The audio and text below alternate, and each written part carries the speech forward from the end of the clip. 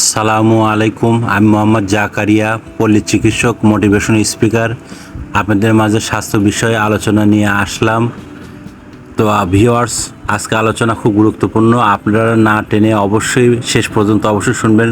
স্বাস্থ্য বিষয় শুনলে আপনারা স্বাস্থ্য ঠিক রাখতে পারবেন। স্বাস্থ্য সম্পর্কে জানা দরকার। তো ভিউয়ার্স, আপনারা যারা দেখছেন বা আমাকে ভিডিও দেখেন বা ফলো করেন, তাদের অবশ্যই বলছি একটি লাইক দিবেন, অবশ্যই নোটিফিকেশন অন করে রাখবেন, তাহলে প্রথমে আমার ভিডিওটা আপনি পাবেন।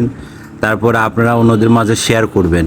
তাহলে শুনুন, আজকের বিষয় হচ্ছে যারা স্ট্রোক করেছে বা কোনোভাবে ভালো হচ্ছে না, বা ডান হাত বা বাম হাত চলে গেছে, বা অনেকের শ্বশুরের বা অনেকের শাশুড়ির বা অনেকে কম বয়স বা অনেকে বেশি বয়স, তাদের প্রথমে আমি একটা কথা বলতে চাই যে স্ট্রোক করলে ব্রেনের প্রেশার যখন আপনার অতিরিক্ত হাই হয়, অতিরিক্ত টেনশন হয়, সেই ক্ষেত্রে আপনারা তাদের যদি হয়ে যায় প্রাথমিক অবস্থায় ডাক্তারের কাছে নিয়ে যাবেন, ডাক্তারের পরামর্শ অনুযায়ী চলবেন। তারপরে বাসায় নিয়ে আসার পরে আপনার যে কাজটা, সেটা হচ্ছে যে লক্ষ কোটি কোটি অনেক ব্রেন থেকে ভাষা হারায় যাবে, সেটা আপনাকে রাগ করা যাবে না। তাদের ভাষাগুলো আপনি ঠিক করে দিবেন, তাদের কথাগুলো ঠিক করে দিবেন। যেরকম উদাহরণস্বরূপ বলি, জামাইকে বলবে জামির, জামাই না ডেকে বলবে জামির। এভাবে অনেক ভাষা উলট পালট হয়ে যাবে। সম্মানিত ভিউয়ার্স, আপনারা কখনো রাগ করবেন না। ছোট বড় যে বয়সী হোক স্ট্রোক করুক, এবং তাদের প্রতিদিন কন্টিনিউ যে ব্যায়ামগুলো ডাক্তার দেয় সেভাবে ব্যায়ামগুলো করাবেন। বাসাতে যদি এভাবে ঘরোয়াভাবে আপনি করাতে পারেন, এইভাবে দেখবেন যে হাত সোজা হবে। তারপরে আপনার নখগুলো হাতে হাতে বলবেন যে, যদি বাবা হয় বাবাকে বলবে আব্বু তুমি নখগুলো সোজা করো, আম্মু যদি হয় আম্মুকে বলো আম্মু তুমি নখগুলো সোজা করো, হাত সোজা করো, পাও সোজা করো। এভাবে কন্টিনিউ যদি কিছুদিন শ্রম দিতে পারেন, আশা করি যে আপনার স্ট্রোকের যে সাইডগুলো প্যারালাইজড হয়ে যায় বা কাজ করে না, সেগুলো আপনি ব্যাক আনতে পারবেন। কিন্তু আপনার প্রসেসটা, আপনার চেষ্টা আপনাকে এখান থেকে অনেক দূর পৌঁছায় নিয়ে যাবে। আর যদি আপনি প্রতিদিন এইভাবে দিনের মধ্যে 2বার 3বার যদি চেষ্টা করতে থাকেন, তাহলে এক সময় দেখা যাবে যে রুগীটা পুনরায় আগের চাইতে আপনার ফেরত আসবে। তো বন্ধুরা, আপনারা সবসময় ভিডিও দেখেন, এবং আমি সবসময় বলি, আমি সবসময় বলতে চাই আপনারা ফলো করবেন এবং আপনাদের রুগীপত্র এবং অন্যদের মাঝে শেয়ার করে দিবেন। এবং আমি চাই যে ওষুধপত্র ছাড়া কিভাবে আগানো যায়, কিভাবে সুস্থ থাকানো যায়, যার জন্য এই টিপস নিয়ে আমি আসি। আমি সবসময় আপনাদের সুস্থ থাকার জন্যে অক্লান্ত পরিশ্রম করে যাচ্ছি, চেষ্টা করে যাচ্ছি।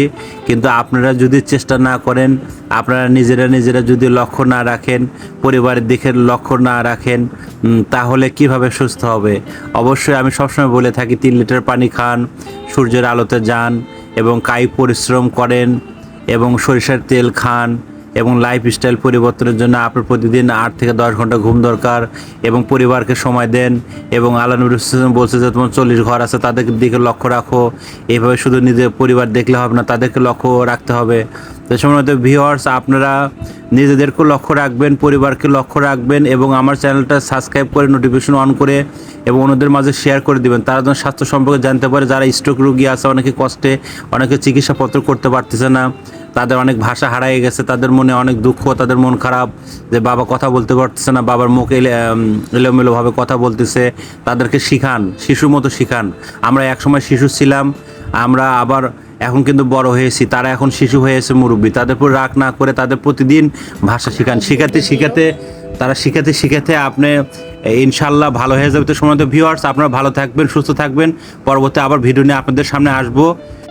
সম্মানিত বন্ধুরা, আপনারা যদি কোনোভাবে অসুখ ভালো না হয়, এই স্ট্রোক ভালো না হয়, আপনাদের এই সমস্যা থেকে যদি আপনারা ভালো না হতে পারেন, কোথাও কোনোভাবে ভালো যদি না হতে পারেন, আপনারা আমাদের এই বিরাজ মেডিকেল 100 বছরের প্রতিষ্ঠান, আপনারা যোগাযোগ করুন, এখানে আসুন। আমাদের ডিসক্রিপশন বোর্ডে আমাদের হোয়াটসঅ্যাপ নাম্বার আছে, ইমো আছে, কল নাম্বার আছে।